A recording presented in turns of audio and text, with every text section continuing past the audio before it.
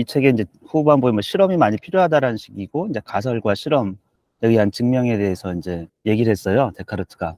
근데 그것에 대해서 약간 이제 부연 설명을 좀 안 할 수가 없었던 것 같아요. 왜냐하면 베이컨이나 경험주의자들의 그거를 좀 따라온 거잖아요. 근데 그 실험과 자기가 생각하는 연역과의 관계. 지금 보면 이제 이게 과학적 방식이거든요. 데카르트가 굉장히 잘해준 게 실험이 필요하다라는 거죠. 사실은 인간의 지적인 한계도 있고, 그래서 연약할 수 있다고 해도 안 했다라는 식으로 얘기를 했는데, 어쨌건 그러면서도 지금은 이론이라고 하잖아요. 데카르트 영향 때문에 우리가 이제 애초에 가설이라고 생각하는 거는 이제 수학적으로 표현되는 것들이 이제 많습니다. 과학에서는 그 이론이 맞는지. 근데 그것이 증명되는 게 기하학처럼 증명되는 게 아니고 현실 세계에서 이게 구현 가능하고 이게 나오는 현상인지를 보고 과학에서는, 사이언스에서는 증명을 하잖아요. 수학하고는 좀 다른 거죠. 근데 여기도 보면 학문이라는 게 사이언스예요. 데카르트 여기서 말하는 건 수학적 방법이 아니고, 예, 현실 세계에서 우리가 어떤 방식으로 탐구하는지. 근데 거기서 이제 실험이 엄청 중요하고 관찰이 중요하기 때문에 책을 쓴 이 의도가, 하나는 이제 비난에 대한 여러 가지 자기 이제 억측 같은 게 있고 막 그래가지고 그것에 대해서 논란거리가 없는 주제를 선택하는 것도 쉽다고 했기 때문에 그렇게 한번 했던 것 같고, 또 하나는 이 많은 사람이 관찰과 실험을 해야 된다라는 측면에 있는 것 같아요. 근데 데카르트가 딱 자원봉사하는 사람들은 배제하는 문장 아닙니까? 그쵸? 나 시간 많고 뭐 하는데 같이 하자 이런 식으로 할 사람이 있을까 봐 그렇게 했던 건지 어쩐지는 모르겠는데, 근데 이것도 일종의 맞는 말이기도 해요. 돈으로 이제 우리가 어떤 계약상의 관계가 맺어지면 엄청 잘한다라는 거예요. 일을 시켜보면 딱 압니다, 그거. 근데 무료로 하겠다고 제가 시간을 들이겠다고 하면은 이후에 늘 문제가 돼요. 관계에서도 문제가 되고, 그렇다고 만족스럽지 못한데 거기서 일을 끝마치기도 뭐하고 더 하라고 하기도 뭐하고 약간, 예, 그런. 그래서 데카르트가 싫어했던 게 저는 딱 보면은 말로 하는 이상주의자들. 그러니까 말로는 굉장히 그런 것들은 엄청 싫어하는 것 같아요. 정치적 주장이나 이런 것도 굉장히 좀 터부시하는 경향이 없지 않아 있거든요. 어차피 자기가 그런 위치에 있지도 않고 그런 주장에 대해서 사회개혁이라든지 이런 것들에 대해서 약간씩 부정적인 뉘앙스가 조금 있어요. 마치 자발적인 참여로 뭔가 이렇게, 예, 번드르르한 제안을 하는 사람들에게 나중에 보면 다 시간 낭비. 어차피 그 사람도 시간이 남기 때문에 하는 일이라서 서로 간에 피차간의 시간 낭비라는 인식을 하는 것 같아요. 근데 이런 관점도 있을 수 있고 저런 관점도 있을 수 있다고 생각해요, 저는. 예, 그래서 자원봉사는 무조건 좋다 이런 거는 아닌 것 같고, 왜냐하면 타인에게 방해가 될 수도 있고, 데카르트가 이 책을 보면 자기가 이 책이 어떤 영향을 줄 건지 굉장히 잘 인식하고 있는 것 같아요. 당대에도 마찬가지고 후세에도 마찬가지고. 그래서 자기 책이 이렇게까지 인식될 거라고 생각했을까? 그래서 여기도 꼭 보면은 저는 뒤에 맨 마지막 부분도, 보통 우리가 구글은 사악해지지 않자라는 선언을 하잖아요. 비즈니스 할 때. 그걸 뭐 대단하다고 얘기를 하는데, 데카르트가 똑같은 거를 한 거거든요. 누군가를 해롭게 하는 걸 안 하겠다라는 거예요. 누군가는 이롭게 하고 또 누군가는 해롭게 한다고 하면 그걸 안 하겠다. 그리고 내가 어떤 계획에 종사하도록 강요, 누군가 할 수 있는 위치에 있는 사람들이 분명히 있을 겁니다.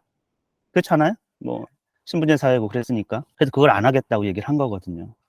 왜냐하면 데카르트에게 많은 제안이 올 거라고 생각했던 모양이에요. 본인은 이런 일을 하자 저런 일을 하자, 너 엄청 똑똑하던데 뭐 군사적인 것이 있을 수도 있고 뭐 여러 가지로.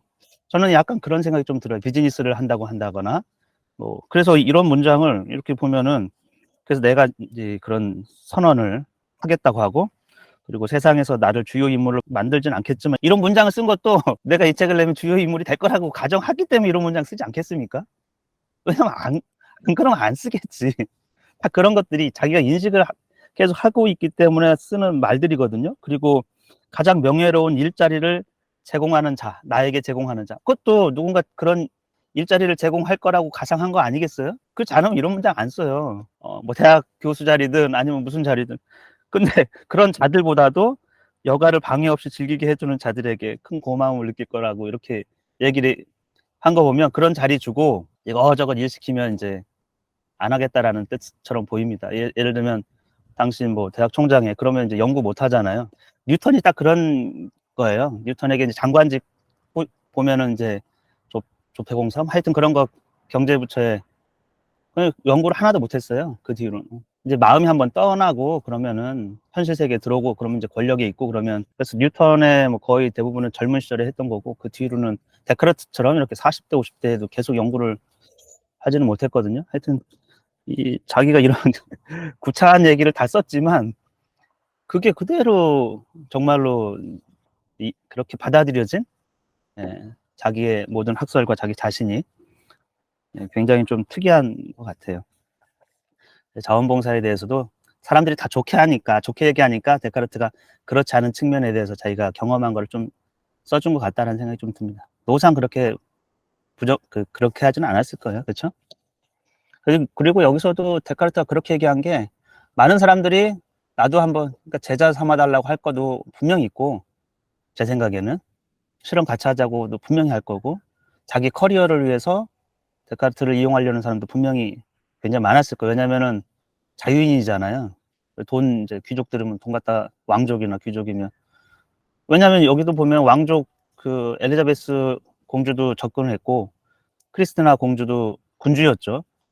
제안을 하잖아요. 그걸 이제 심사숙고해서 약간 받아들이긴 했지만, 그런 것들이 충분하게 있고 자기를 성가시게 하는 일이 충분하게 있을 것 같아가지고 여기다가 딱 못 받고, 나하고 뭐 어떤 제안을 뭐 이렇게 하지 말라 이런 식으로 이제 얘기를 한 것 같아요. 원래 귀족에게 넘치게 있는 건 여가예요, 시간. 노예에게는 없어요, 그게. 할 일거리가 엄청 널려 있는 거지.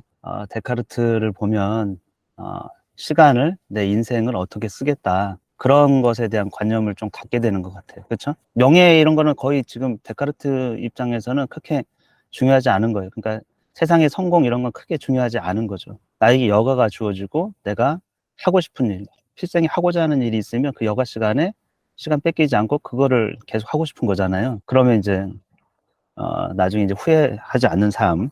근데 우리는 시간은 많은데, 시간 많으면 행복한 겁니다, 사실은. 이건 돈으로 살 수가 없기 때문에, 어떻게 보면은.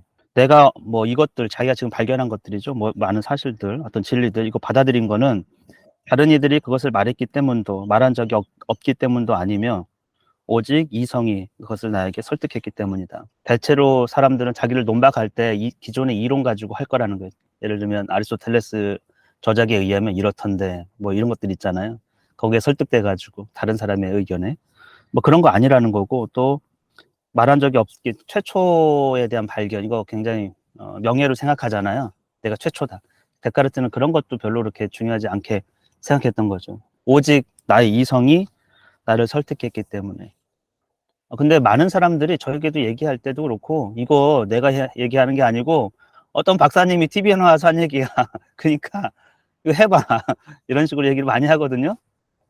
데카르트가 그런 얘기 들으면 이제 화를 낼 것 같습니다. 그거 말고, 이게 옳고 그른지는 내 스스로 판단할 건데, 그런 판단력이 없는 듯한, 또는 나보다 더 뛰어난 어떤 이성을 가진 사람이 있다고 생각해서 그에게 노상 의존하면서 이 옳음의 근거를 거기다 찾는 거죠. 근데 이 판단의 근거는 오직 나의 이성에 있다라는 거거든요. 그게 이제 진짜 시대를 열은 겁니다. 그 전에는 이런 정신이 없었기 때문에. 어떤 호의를 누군가로부터 받기를 기대하는 거 있잖아요. 원하는 거. 그걸 자체를 이제 저급한 영혼이라고 했거든요.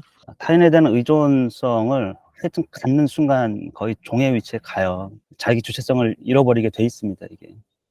나에게 누군가 호의를 베푼다고 해도, 그러니까 가급적이면 장기적 관점에서는 그런 호의를 기대하지 않는, 뭐 기대하지 않았는데 누가 주면은 감사함으로 받을 수는 있겠지만, 애초에 누군가의 호의를 기대하는 그 영혼, 남의 호의를 바라는 거, 예, 저급한 영혼인 거죠. 그래서 어떻게든 스스로 쓰려고 하고, 어떻게든 자기의 이성으로 사태를 파악하고 판단하고 행동하는. 그리고 데카르트가 다른 사람의 의견을 많이 받습니다. 호흡스나 이런 사람, 그러니까 당대 천재들한테 많이 받아요. 그리고 그걸 논의를 해요. 토론을 하고. 그렇다고 다른 상대방의 막 의견을 막 무시한다거나 그렇진 않고, 그러면서 이제 지적 교류가 일어나고 새로운 것들이 또 이렇게 나오고 이러거든요. 그리고 또 이제 뭐 스피노자나 그 후대 사람들이 또 철학적으로는 또 뭐 승계하고 또 비판하고 이러면서.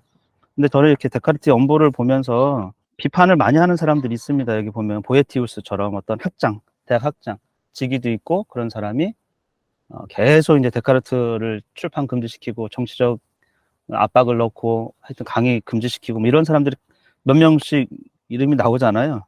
데카르트는 자기가 이후에 어떤 영향을 주고 어떻게 인식할지를 알고 있는데, 그렇지 못한 사람들이 좀, 자기가 지금 시대 사명을 수행한다고 해서 남을 굉장히 이제 비판하고 까대고 막 금지시키고 이러죠. 설령 그게 굉장히 안 좋다고 해도 그걸 막 금지시키고 탄압하고 막 규탄하고 이런 거는 별로 그렇게 좋아 보이지가 않아요. 굳이 무슨 현상이나 사람을 비판하려고 그렇게 달려들기보다는 내가 새로운 것, 나를 위해 유익하고 내 성취, 발전 이런 것에 훨씬 더 시간을 쓰는 게 좋지 않을까 이런 생각이 좀 많이 데카르트가 보면서 들었습니다. 예.